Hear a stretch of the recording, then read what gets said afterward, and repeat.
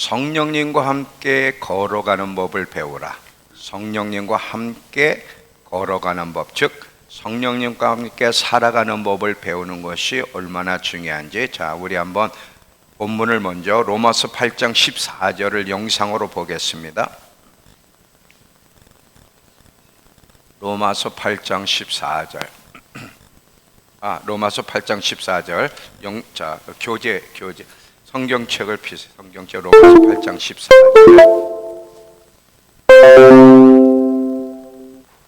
신약 248페이지.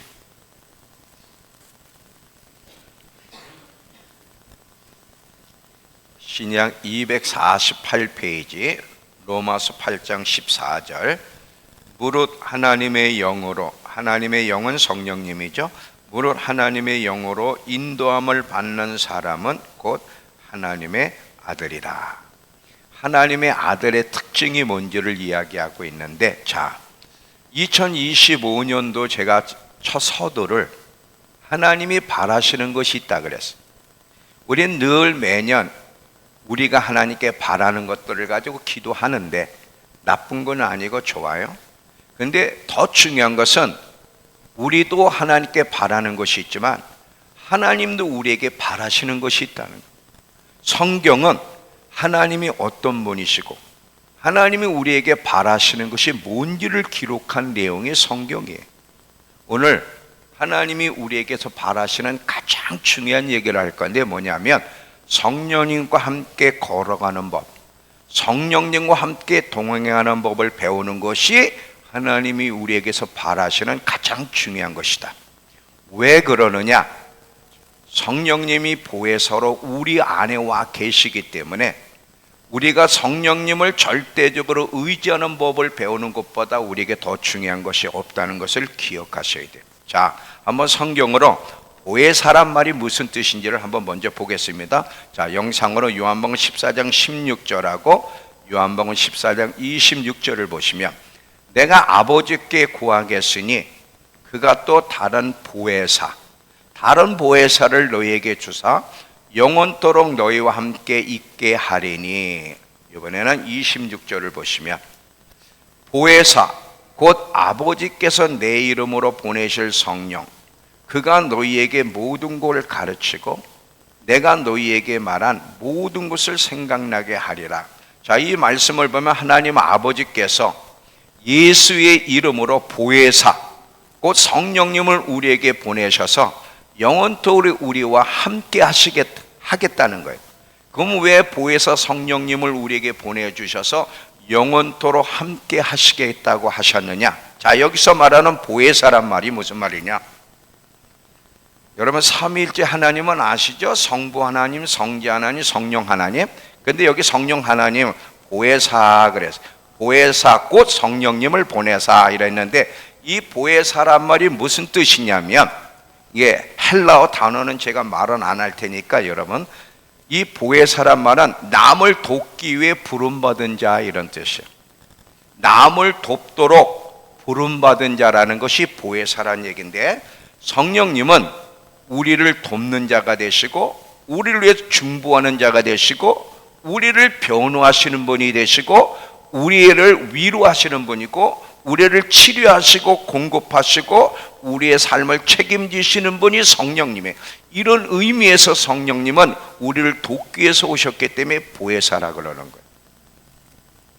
이 성령 하나님은 삼위일체 하나님으로서 천지를 창조할 때부터 하나님과 함께 천지를 창조하셨을 뿐만 아니라 하나님의 명령을 따라 우리에게 오셔서 우리 안에 우리를 통한 하나님의 뜻과 그 부르심을 이루어갈 수 있도록 우리를 도와주시고 위로해 주시고 인도해 주시는 분이 성령님이시라는 거예요.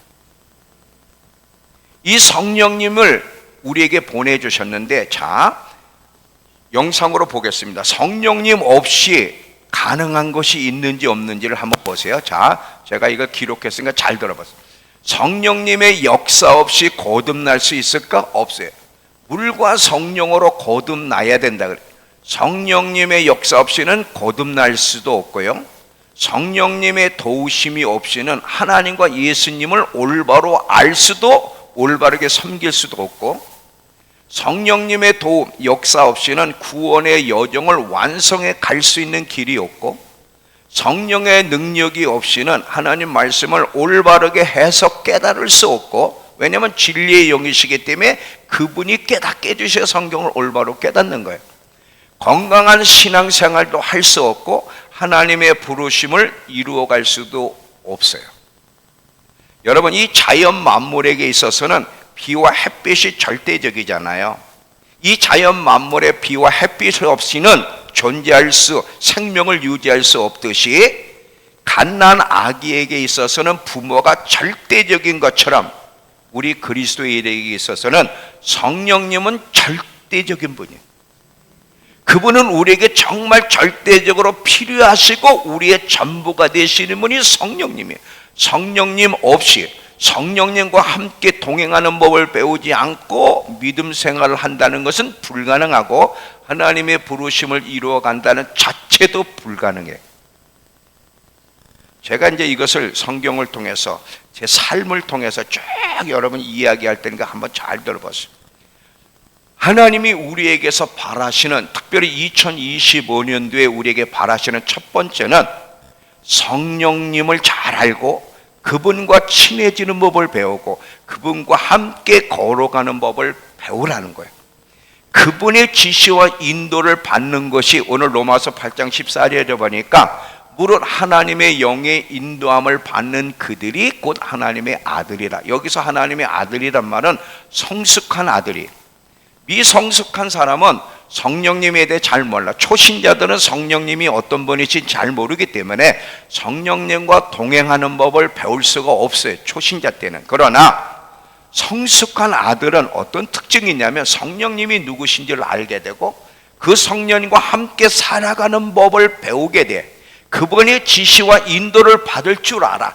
이것이 성숙한 하나님의 자녀들이라는 거예요. 성령님과 동행하는 법을 배우지 않고는 진정한 그리스도인의 삶은 불가능해.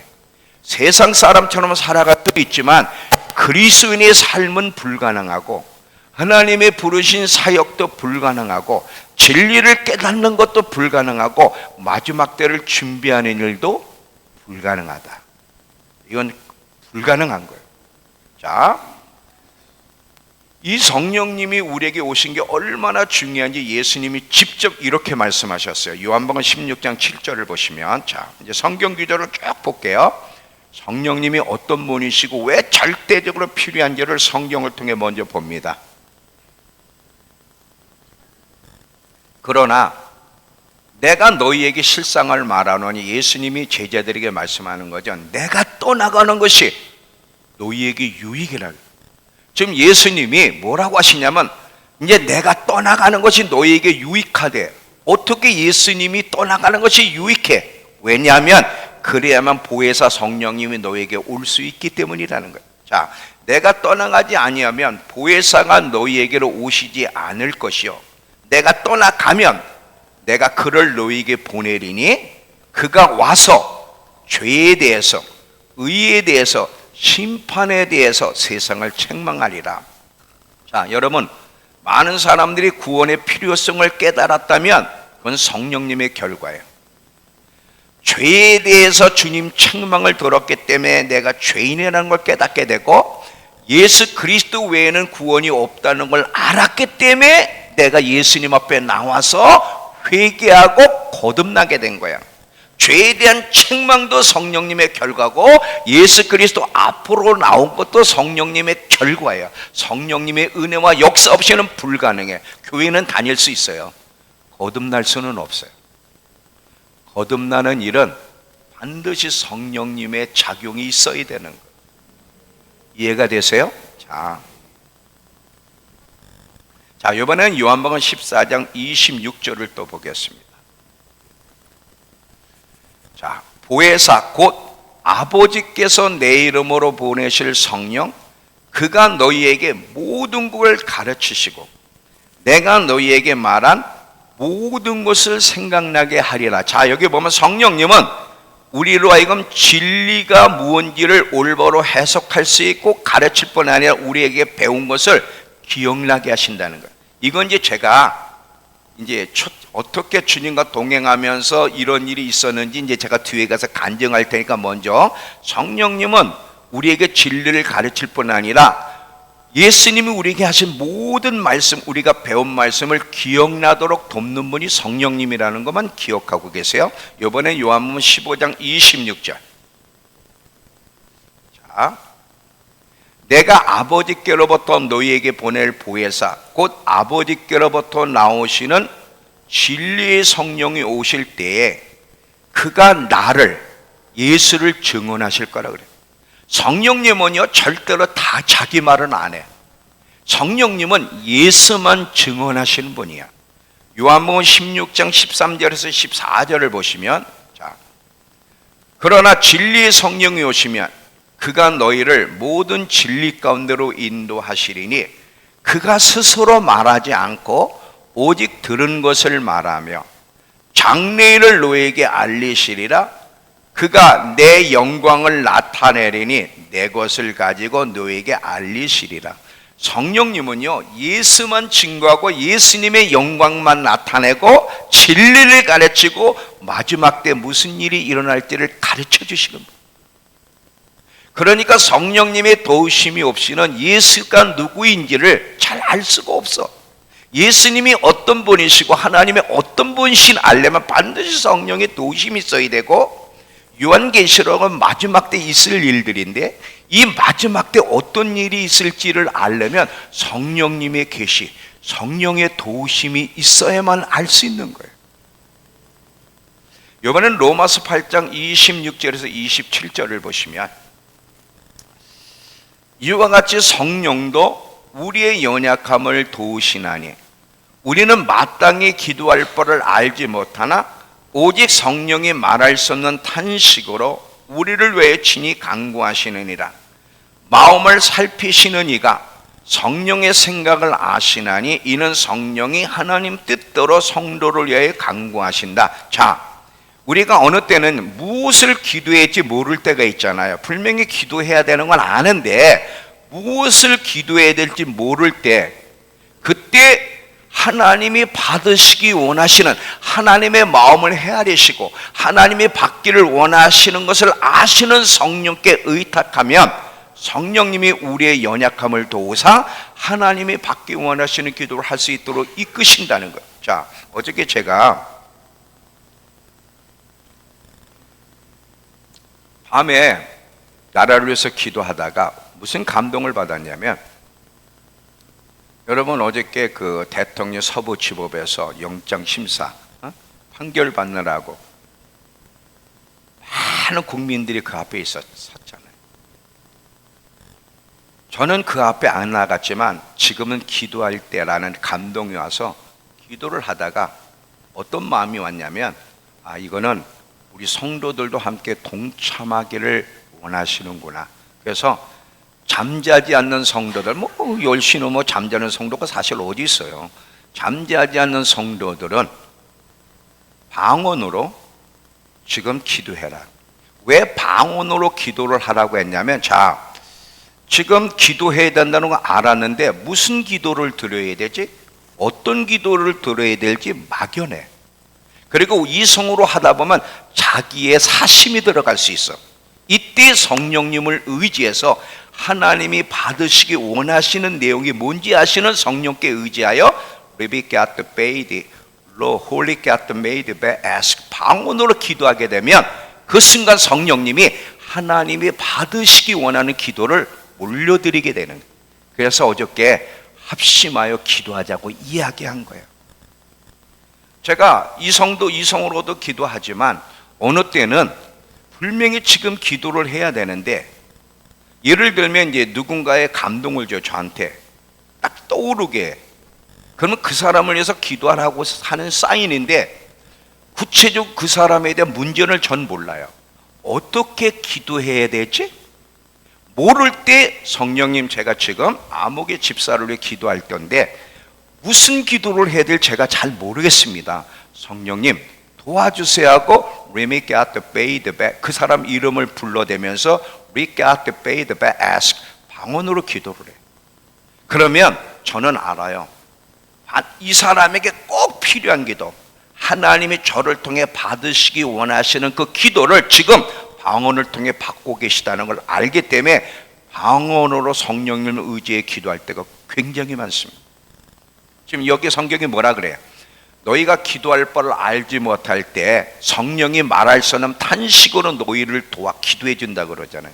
그게 꼭 방언만 얘기하는 건 아니지만 주로 방언이 그렇다는 거죠.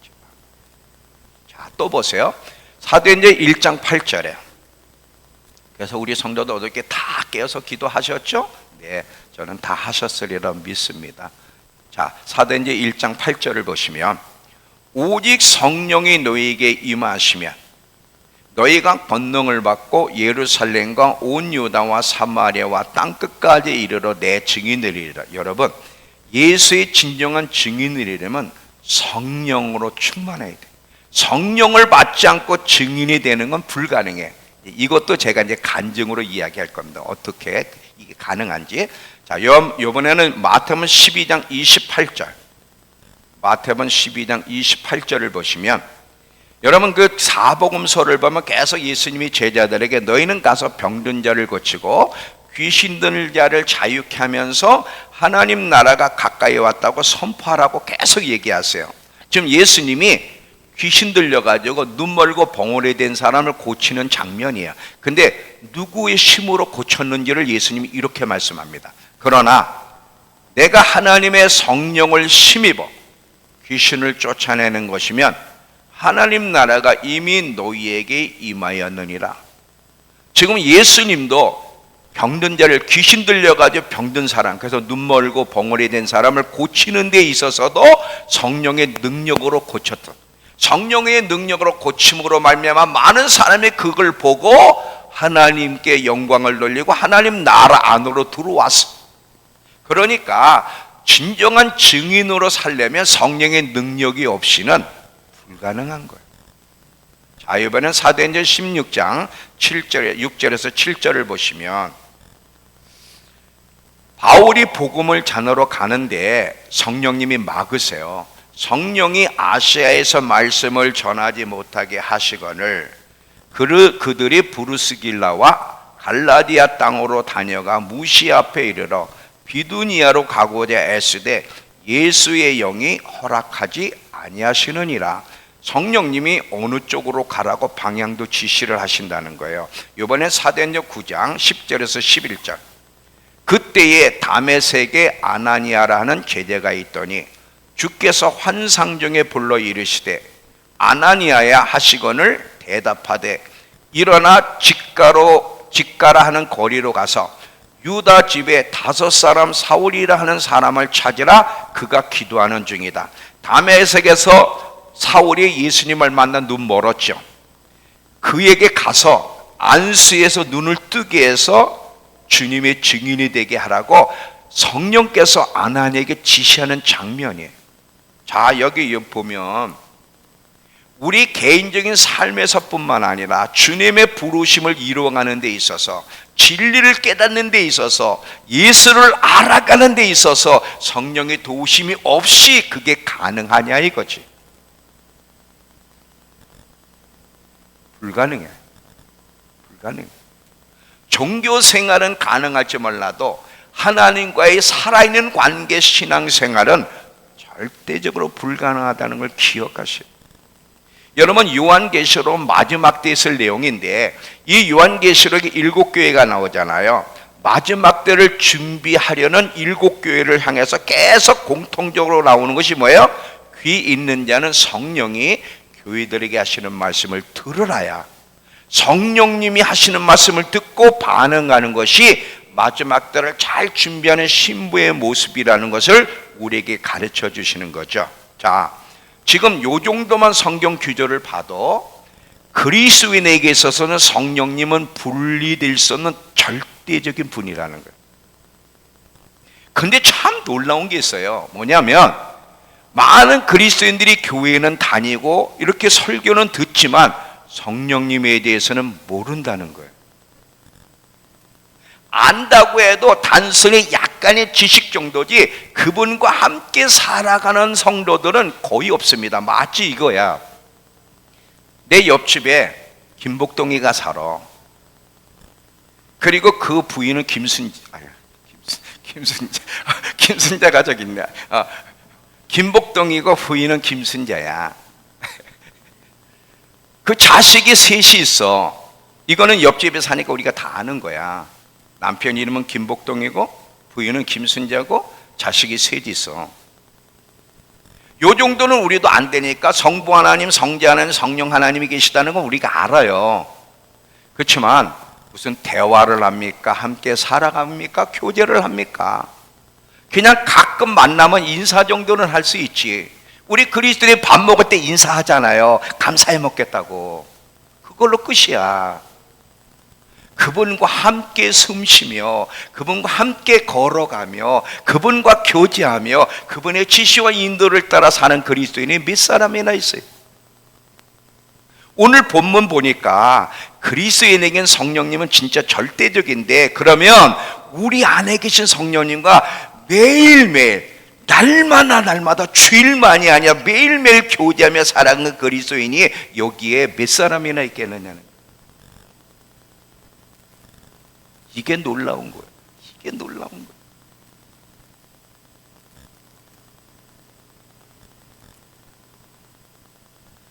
단순히 김복동이 김순자 씨가 우리 집 옆에 살아, 그 정도야. 그 이상은 몰라. 만약에 성령님의 일을 모르면, 성령님과 함께 걸어가는 법을 모르면 모든 것이 실패가 와요.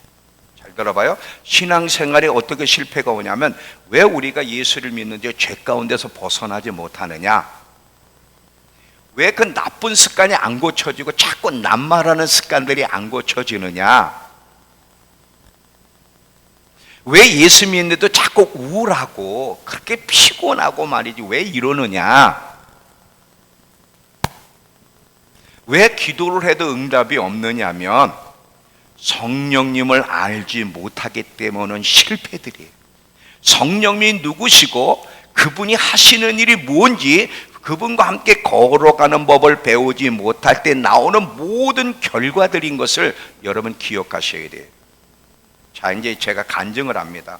성령님이 없이는 신앙생활 자체가, 사역 자체가, 주님을 알아가는 자체가 불가능하다는 것을 제 삶을 통해 간증할게요. 제가 21살 때, 지금 이제 66이에요. 나이가 66.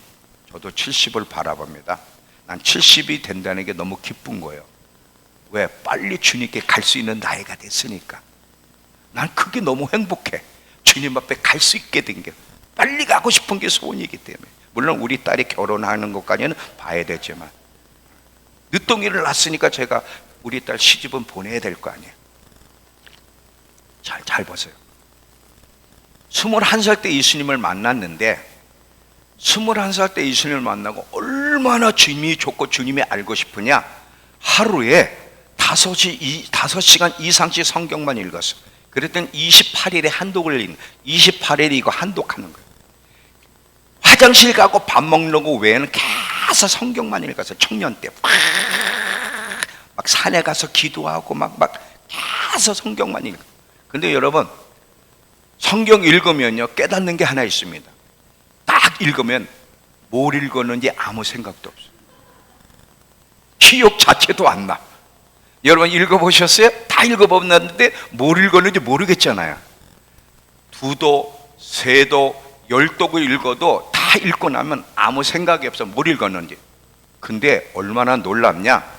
지금은 없어졌지만 저 벽제라는 데, 저기 경기도 벽제 쪽에 가보면, 저 일산 쪽으로 저거 벽제에 가면 미군들하고 사는 한국 여자분들이 있었어요. 근데 그분들에게 복음을 전해달라고 연락이 온 거예요. 제가 초신자인데도. 근데 제가 얼마나 성격이 내성적이었냐, 너무 A형이 이제 위험한 성격인데, 내성적인데다가 제 A형이에요. 그러니까 남하고 대화를 안 해. 남하고 대화를 안 하고 혼자 괜히 꼴값을 떠는 거지. 가랑비가 내리면 괜히 밖에 나가. 그래서 권위로, 그거 그것도 비가 올 때만 거놀어. 그리고 거기 거닐면서 혼자서 이제 묵상을 하는 게 뭐 쓸데없는 묵상을 하는 거죠.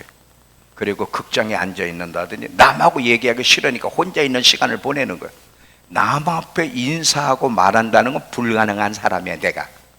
근데 성령이 오고 나니까 하나님 저를 뒤집어 놓은 걸 지금 얘기하는 거예요.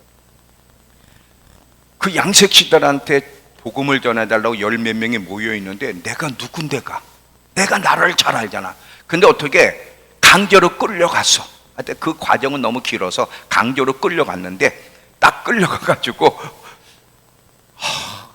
냄새가 썩은 내가 나는데 분명히 화장들을 해서 여자들이 화장들을 했는데 그 내면의 영혼의 냄새가 나는지 썩은 내가 나는데 견딜 수가 없는 거예요.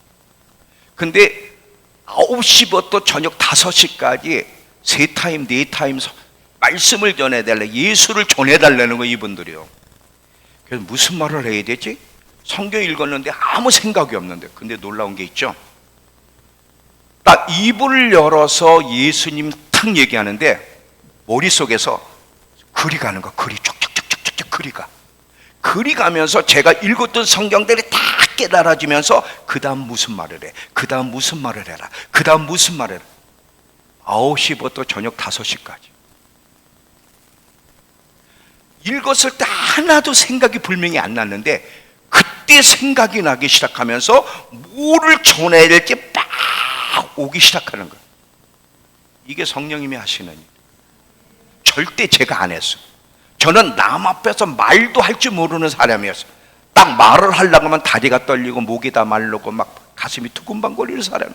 근데 9시부터 5시까지를 전할 때 잠깐 씻고 밥 먹는 거 외에는 계속 전해. 회개가 일어나기 시작하고 우울증이 치유되고 엄청난 회개와 치유가 일어난 거야.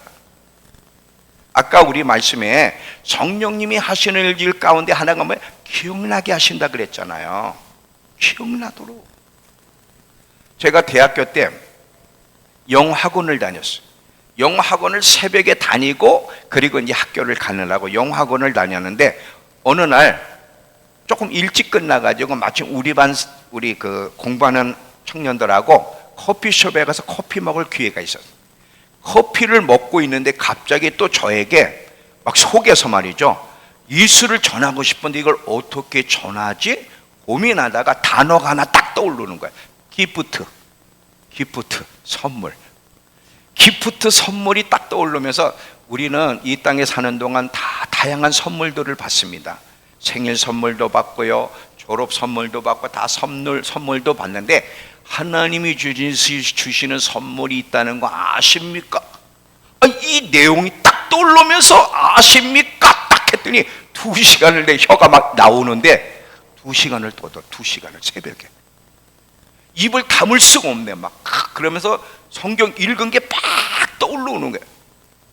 2시간을 제가 예수를 증거했더니 전부 다 얼굴이 시뻘개져서 불 받아가지고 다 불 받아가지고 나도 불 받고 전부 다 불 받아가지고 정말이 당신이 그 지금 간증하는 게 사실이니 사실이라고 다시 한번 전해달라고 2번을 해서 예수를 증거. 너무너무 기가 막힌 일이 벌어졌어. 이게 성령님이 하시는 일이.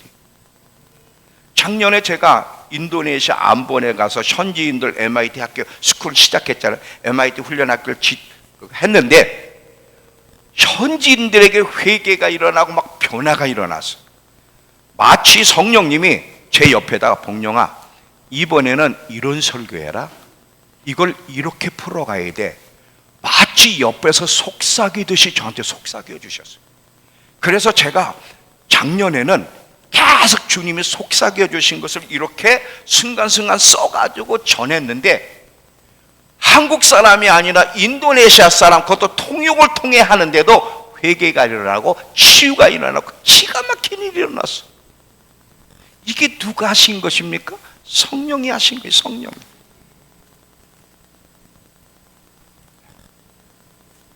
지금도 감사하게 제가 어떤 주제를 가지고 설교를 하겠다고 딱 결정을 하면 오늘 성령님과 함께 걸어가는 법을 배우는 이 감동이 왔어요.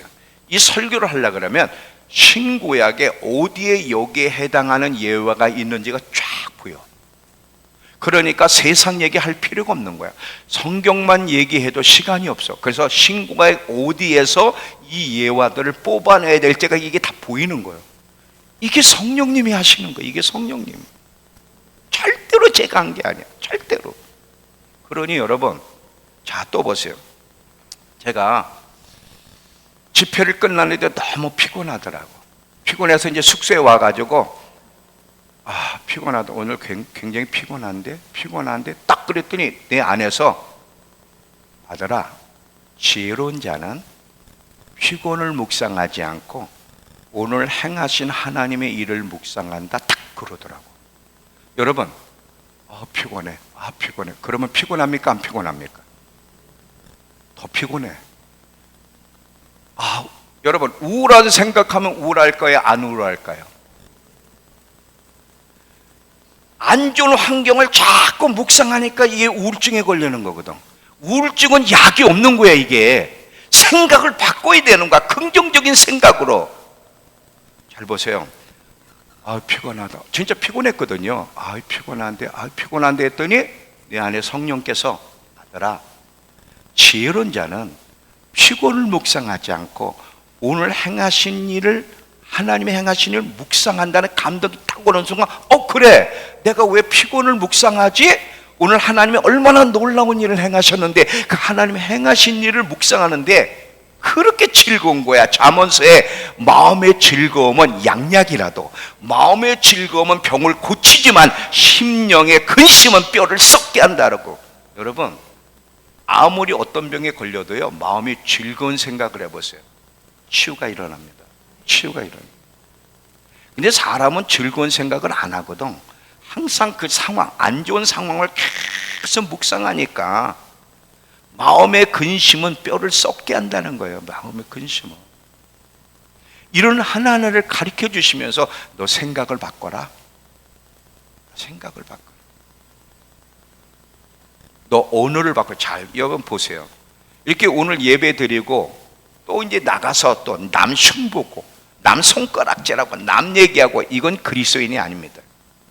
분명히 그 사람이 거듭났을지는 모르지만 진정한 그리스도인은 아니야.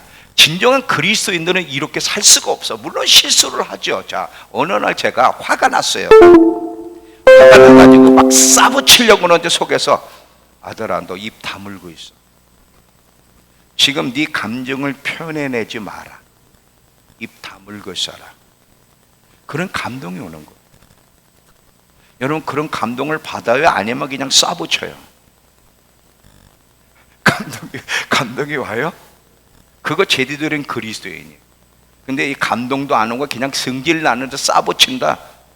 이건요, 진정한 그리스도인의 삶에서 성령님이 지적을 하세요.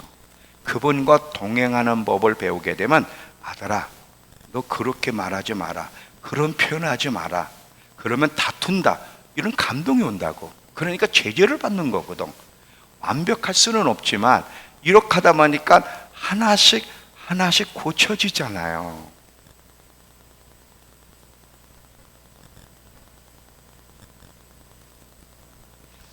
이해가 되세요?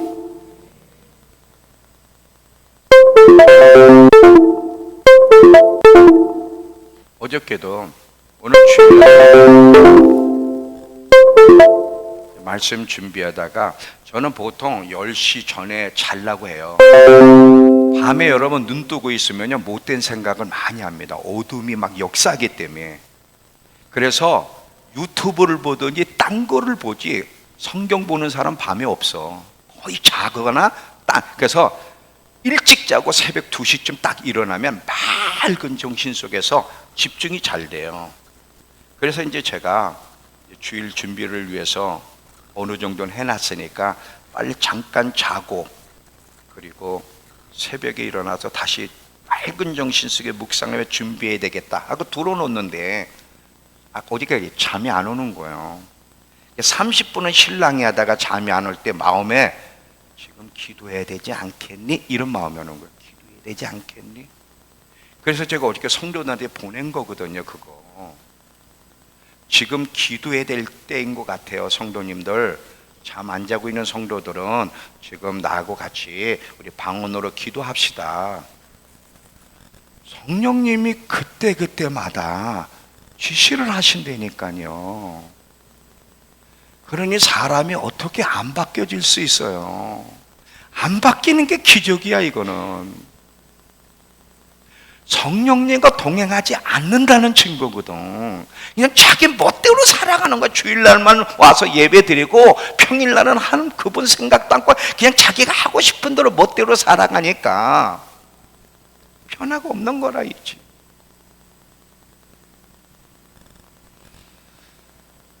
성령님과 함께 걸어가는 법을 배우는 것이 그리스도인에게는요 반드시 필수적인 거예요.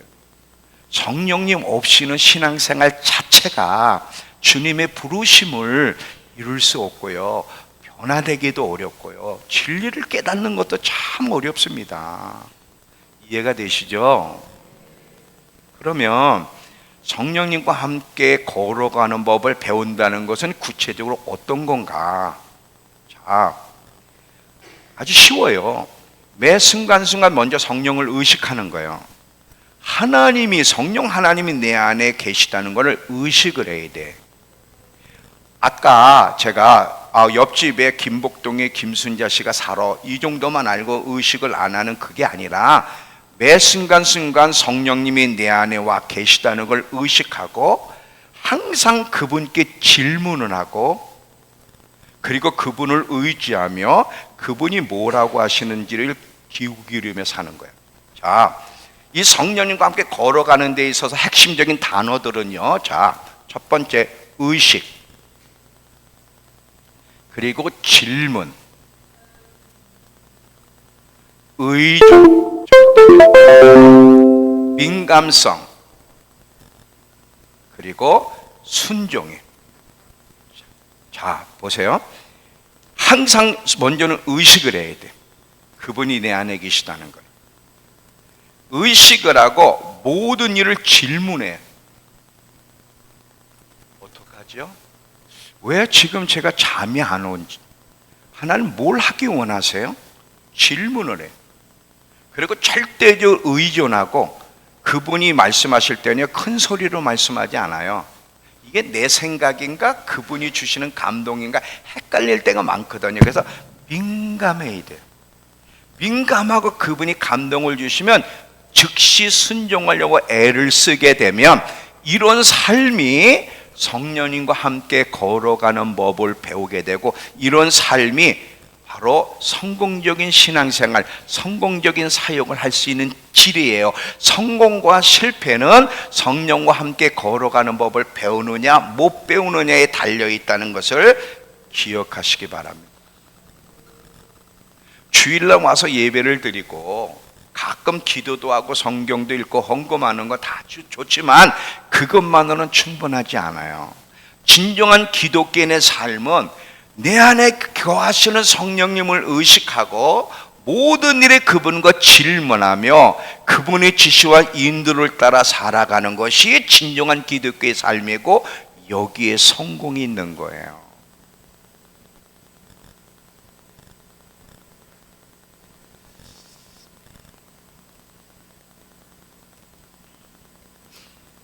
이해가 되셨어요?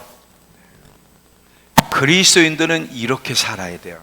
만약에 저와 여러분이 이렇게 산다면 얼마나 많은 변화가 일어나겠고, 얼마나 교회는 역동적이겠습니까? 교회는 지금요 세상 사람에게는 있으나 마나 불편한 존재예요. 불편한 존재. 손가락질 당하는 단체에 불과되니까, 여러분 주위에 여러분 때문에 직장에서든 어디서든 감동을 받고 도전을 받고 옆에서 인생 문제를 의논하게 여러분 찾아오는 사람이 있어요? 한 직장 동료가 너무 고민해, 괴로워. 근데 갑자기 쟤한테 가면 내 이 고민을 해결해 줄 수 있을 것 같아 하고 우리에게 찾아오는 사람이 있냐 이거지.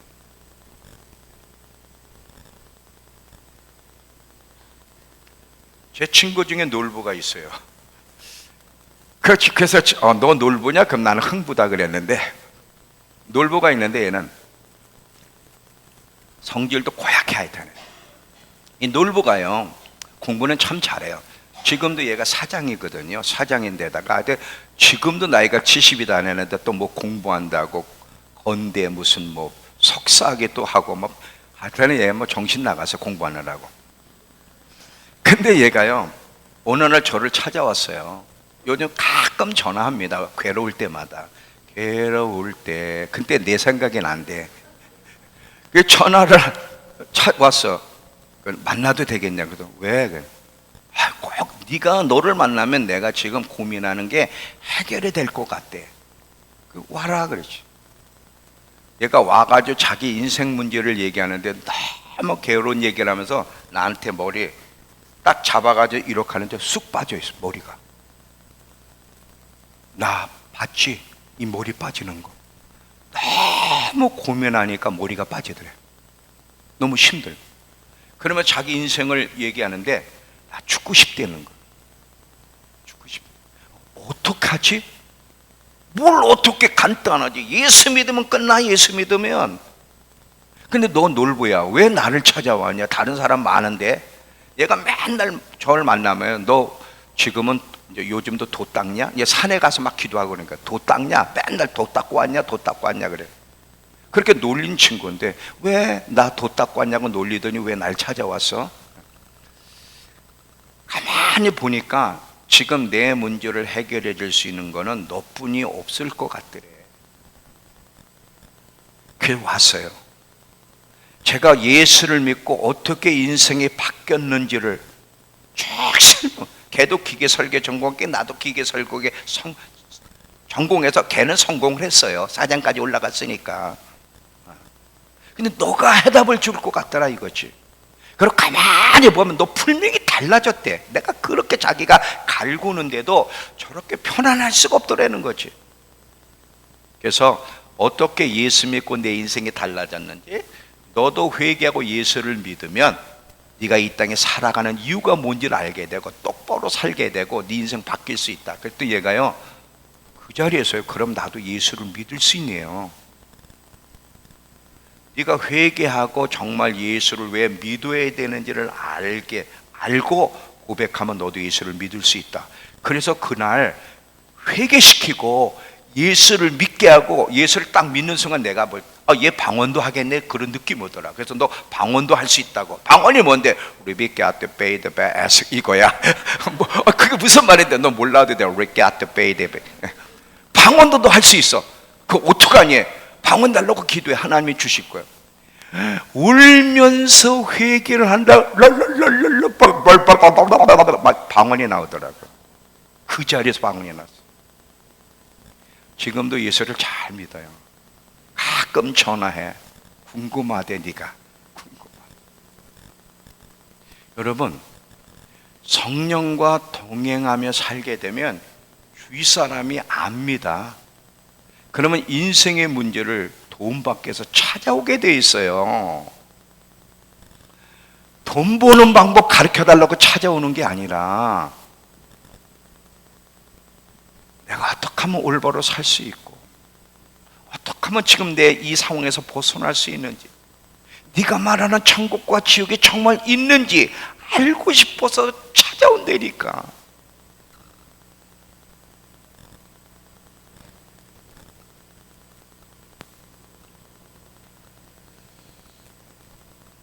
성령님과 동행하는 법을 배우지 않으면서 교회 생활하는 거는요 참 어리석은 거고요 무모한 짓입니다. 그거는 이해가 되세요? 어느 날 운전을 하는데 오른쪽으로 가라는 감동이 왔어요. 오른쪽으로 대라고. 오른쪽에 댔는데 뒤에서 차가 앞차를 들이받아가지고 몇 줄 충돌이 난 거예요. 만약에 오른쪽으로 대라는 걸 안 돼, 너무너무 놀라. 너무 놀라. 그러니까 성령님은 알파와 오메가가 되시는 분이기 때문에 우리 미래 우리는 몰라요. 예측을 못하는데 그분은 다 아시는 분이에요. 지금 위기를 만나니까 아들아 차 오른쪽으로 꺾어. 오른쪽으로. 그냥 뒤에서 들이받아버렸어.